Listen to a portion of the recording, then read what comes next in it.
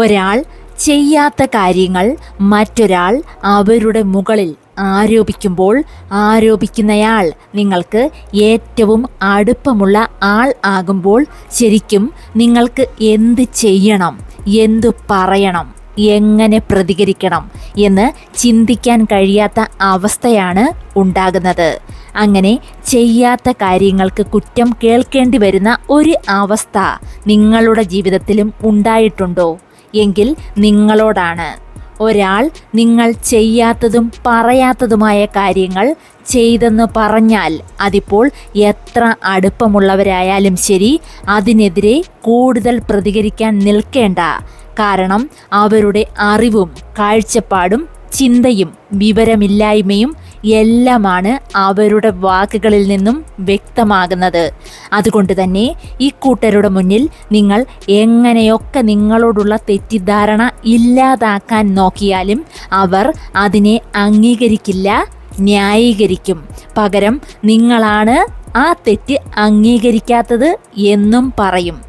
ഈ കൂട്ടരുടെ വാക്കുകളിൽ ഒരിക്കലും നിങ്ങളുടെ മനോധൈര്യം കളയരുത്.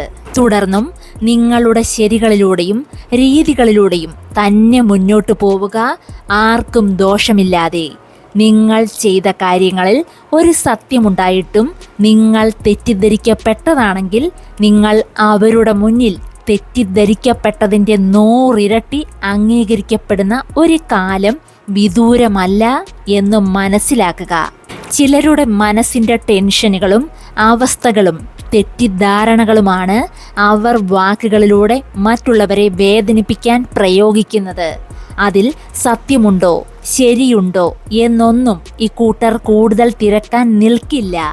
വായിൽ വരുന്നതും ചിന്തിച്ചു കൂട്ടിയതും എല്ലാം തന്നെ മറ്റൊരാളുടെ മാനസികാവസ്ഥയെ എത്രമാത്രം ബാധിക്കുമെന്ന് പോലും നോക്കാതെ അവർ പറയുന്നത്. ഇതിനെതിരെ നിങ്ങൾക്ക് ചെയ്യാൻ പറ്റുന്നത് നിങ്ങൾ നിങ്ങളായി തന്നെ വീണ്ടും തുടരുക എന്നുള്ളതാണ്. എത്ര അടുപ്പമുള്ളവരാണെങ്കിലും നിങ്ങൾ വാക്കുകളിലൂടെ മനസ്സിലാക്കിപ്പിക്കാൻ നിൽക്കരുത് നിങ്ങളാരാണെന്ന്. പകരം അവർ മനസ്സിലാക്കണം നിങ്ങളെ, നിങ്ങളുടെ ശരികളെ, നിങ്ങളെന്ന വ്യക്തിയെ. അതിനായി കാത്തിരിക്കുക. സ്വന്തം ശരികളിലൂടെയും സത്യത്തിലൂടെയും വീണ്ടും അതിസമർത്ഥമായി മുന്നോട്ട് പൊയ്ക്കൊണ്ട് തന്നെ. എത്ര ചവിട്ടി താഴ്ത്തപ്പെട്ടവനും അവനിൽ ഒരു സത്യമുണ്ടെങ്കിൽ ഒരു പക്ഷേ ചുറ്റുമുള്ളവർ എല്ലാം തന്നെ അവനെ വെറുത്താലും അവൻ 100 ഇരട്ടി ശക്തിയോടെ അവരുടെ എല്ലാം മുന്നിൽ ഉയർന്നു വരുന്ന ഒരു കാലം ഒരിക്കലും അകലെയല്ല. അപ്പോൾ ഈ തെറ്റിദ്ധരിച്ചവരും കുറ്റപ്പെടുത്തിയവരും എല്ലാം തന്നെ കുറ്റം ഏറ്റെടുക്കുന്ന ഒരു അവസ്ഥ വരും എന്നുള്ളത് മറ്റൊരു സത്യമാണ്. നിങ്ങളുടെ സ്വന്തം മൗനസഞ്ചാരി.